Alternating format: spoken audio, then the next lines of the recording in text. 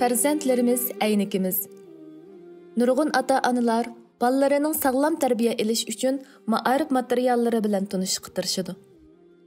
Hatto ba'zi kishilar biror masalaga yo'liqqanda bolalariga qanday muomala qilishni o'rganish uchun ma'arif kurslariga qatnashadi. Bu yetarlikmi? Harakatimiz ulgu bo'ladi. Ko'pincha ota-onalar bolalariga to'xtamay nasihat qiladi-yu, bolalarining oldida o'zlarining nima qilayotganligini unutib qoladi. Masalan, dadasi o'g'liga tamaki chekmaslikni tavsiya qiladi. Tamaki chekishning naqadar xatarlik, harom bir gunoh ekanligini tushuntirib ketadi. Ammo bola dadasining tamaki chekkanligini ko'radi. Ota-onalarning barliq harakati bolada ifodalandi. Chunki bolalar ota-onalarni intayin sezgurlik bilan qattiq ko'zladi. Bizning harakatimiz bolalarga zo'r darajada ta'sir ko'rsatadi. Bolalar bizni hamma ishda, hatto qanday gap qilishdimi do'raydi. Shunga ota-onalar bolalari oldida hamisha so'z harakatiga diqqat qilishi, bolalarga yaxshi ulgu bo'lish kerak. Bo'libmi bolalarning dastlabki yosh bosqichlarida. Chunki bolalar bu bosqichda yumshoq paxtaga o'xshash atrofdagi muhitning harakatini o'ziga simirib oladi. Balalik chog'larida, hatto maktabga kirgandan keyinmi ota-onasining, andan qolsa savoqdoshlarining harakatlarini o'rganadi. Bu bosqichda ota-onalar bolalarni yetaklashga ahamiyat berish kerak. Shundala ular to'g'ri va xatoni farq eta oladi. Ota-onaning yanida cho'ng bo'lish bolalarning baxti. Ta'lim-tarbiya kitoblari va darslari bolalarni nazariya jihatdan emas, balki amaliy tarbiyalashimizga yordam berdi. Ota-onalar o'qiganlarini bolalariga amaliyotda ko'rsatmay turib, ularga o'qib berishi xato. Chunki so'z amaliy harakatga o'xshash foydali emas. Ota-onalarning har vaqt bolalar bilan birga bo'lish va ularning fikrini anglash majburiyati bor. Ota-onalar bilan bolalar o'ttirsidagi xushal minutlar bolalarga zo'r ta'sir ko'rsatadi. Masalan, analarning uxlashdan burun bolalarga hikoya o'qib berishi, tushlik tomoq bilan kashlik tomoqni ular bilan birga yeyishi degandek.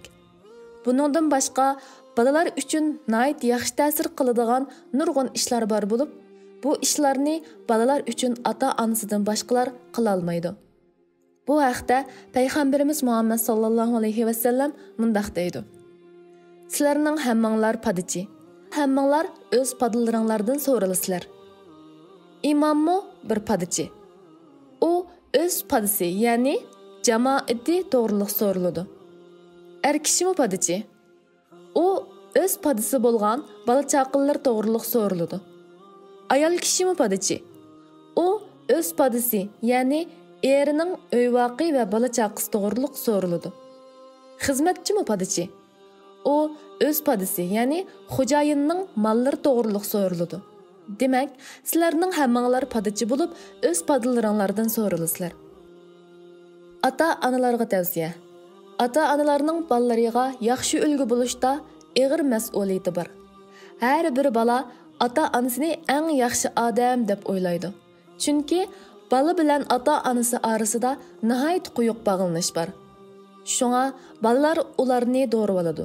Shunglashqa ota-onalar tuvandagi tavsiyalarga rioya qilishi lozim. Dastlabki yosh bosqichlarida dada o'g'lini masjidga elib berib, birga namoz o'qish.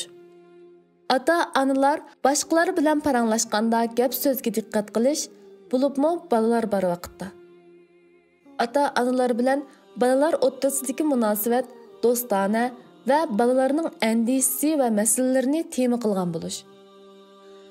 Ota-onalar urug' tuqqanlarni yo'qlaganda bolalarni hamroh qilish orqali ularga urug' tuqqanlar bilan aloqalashishning muhimligi to'g'risida amaliy tarbiya berish. Bolalar xatolik sodir qilganda zo'ravonlik ishlatmasdan, balki bolalar bilan yaxshi aloqa o'rnatib suhbatlashish. Bolalarni kichkidan boshlab kitob o'qishga ilhomlantirish uchun ota-onalar bolalarining oldida yoki ular bilan birga kitob o'qish. Bolalarning boshqalarni hurmatlash tuyg'usini kuchlantirish uchun ota-onalar bolalarning oldida hech kimni masxir qilmaslik.